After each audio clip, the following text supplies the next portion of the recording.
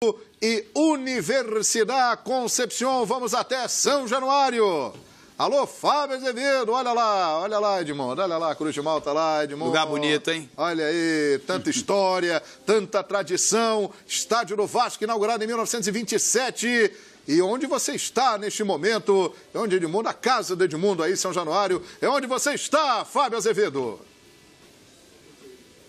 Exatamente, João. Um abraço, boa noite a todos que nos acompanham no Expediente Futebol. E a casa está pintada, o torcedor que virá aqui a São Januário já no domingo pelo Campeonato Estadual e na próxima quarta-feira, na decisão de vaga para a terceira fase da Conmebol Libertadores, já vai acompanhar São Januário de cara nova. As arquibancadas estão pintadas, nas cores branca, preta, preto e branco do outro lado, aqui em frente à social onde nós estamos, e bem pertinho do campo, onde eu pude acompanhar, João, a última movimentação do time, ou a penúltima, a última aberta, porque amanhã aquele treinamento, o Zé Ricardo vai fazer alguns testes, hoje os reservas vieram a campo e trabalharam com bola, os titulares chegaram de viagem, um grupo ontem, e um outro grupo hoje pela manhã, naquele trabalho regenerativo, fizeram apenas dentro do campo uma corrida leve no entorno do campo, não dentro com bola como os reservas, e também na parte de musculação, de recuperação, trabalho também de banheiro, enfim, tudo pensando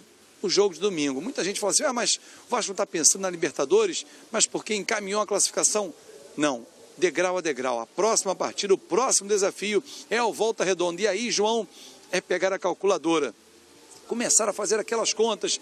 Não adianta vencer só o Volta Redonda. Tem que torcer por um empate entre Cabofriense e Bangu e que o Nova Iguaçu tropece diante do Flamengo. Pode ser empate, derrota, e aí sim, com essa combinação, o Vasco estará classificado. Mas se a Cabofriense vencer, o Nova Iguaçu tropeçar, aí a tal da calculadora é pegar por quanto o Vasco venceu a Volta Redonda. Partindo da premissa que o Vasco vença o Volta Redonda, aí a calculadora entra em campo, porque aí precisa de números. Saldo de gols, porque a vitória é o mesmo número, hoje só apenas uma para cada equipe. Se a Cabofriense vencer, o Vasco também cada uma vai para duas. Enfim, a matemática no estadual está um pouco mais complicada para o Vasco. Na Libertadores, perdendo por 3 gols de diferença, está tranquilo. O Zé Ricardo não garantiu se o time vai titular, mas o Henrique concedeu coletiva hoje, João, disse o seguinte, eu quero jogar. E, aliás, o grupo todo quer jogar. Ninguém quer ficar de fora, ninguém quer dar brecha. Sabe por quê, João? Reserva entra da conta do recado. E aí, como é que fica, João? Aí fica complicado, O nosso Nareba Vascão, Fábio Azevedo, tá mandando recado aqui, no Twitter. Tá dizendo, o Zé tem que botar o time titular. É o recado do Nareba Vascão aqui pra galera vascaína. Ele tá participando, Fábio. E ele passou para mim o seguinte aqui, Fábio, pode dar a notícia aí, eu vou passar para o expediente antes de chamar o Juliano Lima. O Vasco fez uma consulta ao Corinthians pelo meia Giovanni Augusto. Fez uma consulta preliminar, como tem eleição amanhã, aguarda a decisão, quem vai ser o novo presidente, sondou, sabe os valores, mas o meia Giovanni Augusto agrada muito ao técnico Zé Ricardo. O Vasco depende do Flamengo? Então vamos até o Flamengo. Juliano Lima traz informações aqui no expediente. Fala, Juliano, boa noite. Boa noite, Fábio. Boa noite a todos do Expediente Futebol. Voltamos aqui agora falando da sala de coletiva com uma informação de primeira mão, hein? Henrique Dourado não viaja para Brasília, portanto está fora do jogo contra o Nova Iguaçu. Felipe Viseu também não viaja. Isso porque está esperando o resultado, se ele vai ou não para a Itália amanhã. Portanto, o Flamengo decidiu que Felipe Viseu não viaja para Brasília. Heber também com uma lesão também não viaja, assim como o Willian Arão. Ou seja, um quebra-cabeça para o técnico Paulo César Carpegiani. João Guilherme, daqui a pouco então tem o César goleiro. E essa informação aí, Henrique Dourado então não viaja para Brasília. Que bacana, hein? Fizemos um clássico dos milhões aqui no Expediente Futebol, hein? Do Vasco para o Flamengo, tocando a bola, muito bom aqui no Expediente. Portanto, Henrique Dourado não estreia domingo. E o Fábio Azevedo trouxe a informação. Giovanni Augusto, do Corinthians, é um nome que o Vasco está tentando agradar ao Zé Ricardo. Bom nome para o Gigante da Colina? O que foi, Edmundo? O que houve, Edmundo? É aqui, ó. Você está tossindo? Quando eu vou falar, desculpa. Começou a tossir. Aí meio... Tudo bem. Tem que respeitar os mais velhos. É que você fez a pergunta e eu tossi. Você tossiu. Quer dizer que é bom pro... Mas qual, Renato, qual o Giovanni Augusto? Qual, Giovanni? O do Atlético Mineiro seria ótimo reforço. O do Corinthians, eu praticamente confesso que não vi jogar. Acho que o Primeiro que eu não vejo o Corinthians todo domingo. E, enfim. Acho que o melhor... E ele não tem jogado. O do Figueirense foi o melhor de todos, Giovanni Augusto.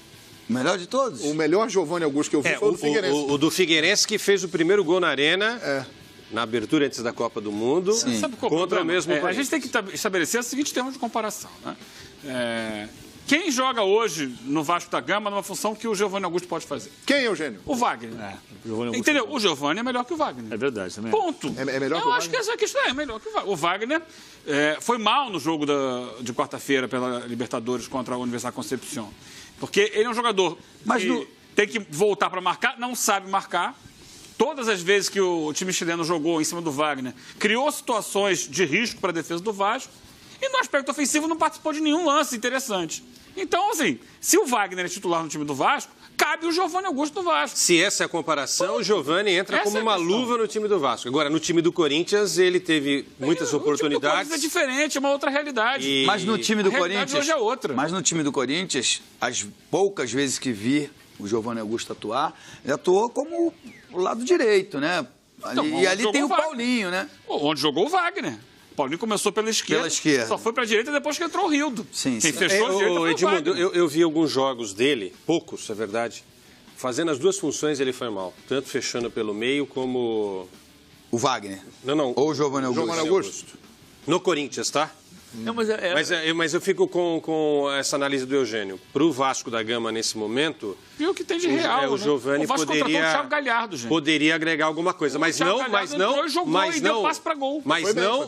o Giovanni do Corinthians. Mas o Giovanni... O Giovanni Augusto, do Galo, que vai entrar do e Figueirense. com a capacidade que ele tem, acho que agrega ao elenco do Vasco. A informação, Savoia, que temos aqui no Rio de Janeiro é de que o Giovanni Augusto não estaria muito disposto a sair do Corinthians. É verdade.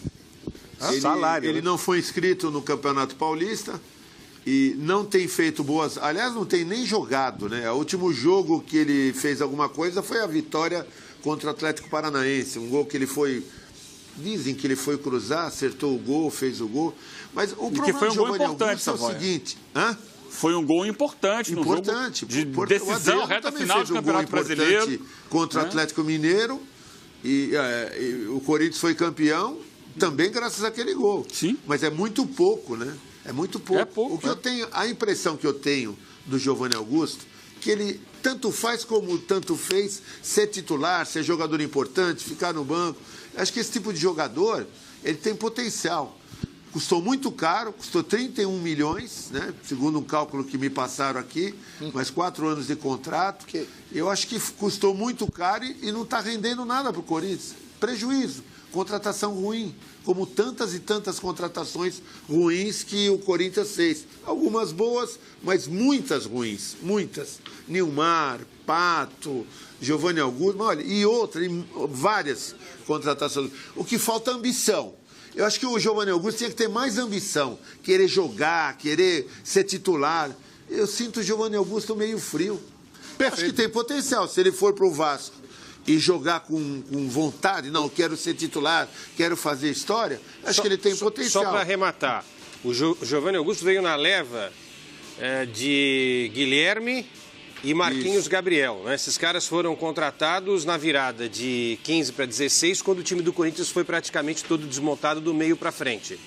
Nenhum deles, o Guilherme hoje está no Atlético Paranaense, o Giovanni é esse que a gente está analisando. E o Marquinhos Gabriel? E o Marquinhos Gabriel na mira do Santos, mas o Carille não quer liberar o Marquinhos Gabriel, porque entende que ele pode ser importante em alguns momentos na equipe do Corinthians. Ele dos três foi o que jogou melhor no Corinthians até agora. Fez um belo gol, fez algumas boas partidas na reta final do campeonato. Já que estamos falando do Corinthians, vamos abrir espaço então à fiel corintiana ligada aqui no Expediente Futebol. Amanhã tem eleição, domingo tem jogo, o Emerson Sheik vai voltar, Gudrian Neufer e as informações do Timão.